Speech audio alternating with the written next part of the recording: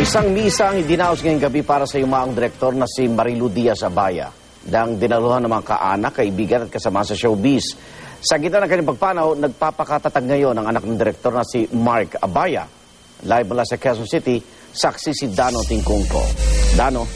Igan, patuloy pa rin ang pagdating ng mga kaanak at kaibigan ng yumaong direktor na si Marilu Diaz-Abaya dito sa Gonzaga Chapel sa Ateneo de Manila University.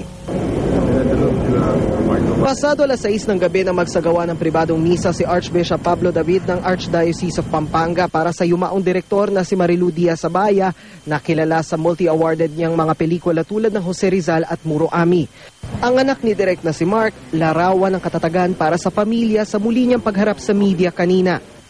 Nagdadalamhatiman lalo't best friend ang turing sa ina. Magaan daw tinanggap ng kanilang pamilya ang pagpanaw ni Direk Marilu na sa wakas daw ay natuldukan na ang paghihirap. I can't help but be happy kasi ang haba ng journey ni Ma. Pero, you know, she made it and I think she left at peace. And at peace din kami, yung pamilya. And there's nothing I wanted more for her. Bumisita rin ngayong gabi si Lorna Tolentino na ipinagpasalamat ang pagmamahal ni Direk Marilu sa kanyang mga anak, lalo kay Ralph na inaanak raw nito.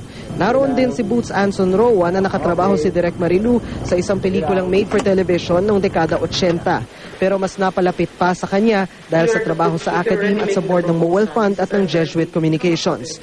Nakabibilib daw ang pananampalataya ni Direk Marilu na 5 taon ding hinarap ang breast cancer bago iginupo ang sakit kahapon. I think her grace, her blessing was that she accepted God's will for her, and she was thankful that she had the strength and the wherewithal to bear all the pain and the difficulties, and she surrendered.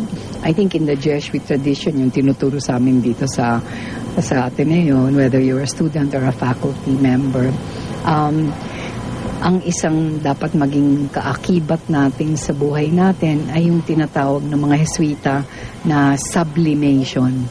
You sublimate your will. Iaangat mo yung will mo sa Kanya. Emosyonal namang humarap sa akin ang aktor na si Marvin Agustin na nawalan daw ng isang mahalagang guro sa pagpanaw ng direktor. Hindi lang siya naging director sa buhay ko. She's she's actually my teacher. She taught me a lot. I'm very fortunate na yung huli ng pelikula kasama niya ako. Nauna naman dumating dito ang ilan sa mga pinakamatalik na kaibigan ng batikang direktor. Itinuring niya akong sangkuya pero ganun pa man, isa akong masugid na estudyante niya. No? Hindi lamang isang malaking professional loss, hindi isang malalim na personal na loss, kabawasan para sa amin. I was surprised kasi about a week or so before that, she had texted me and then she had posted this long status on her timeline that she was na-reduced significantly yung mga cancer cells niya and that she was free of chemo and so on for a whole month.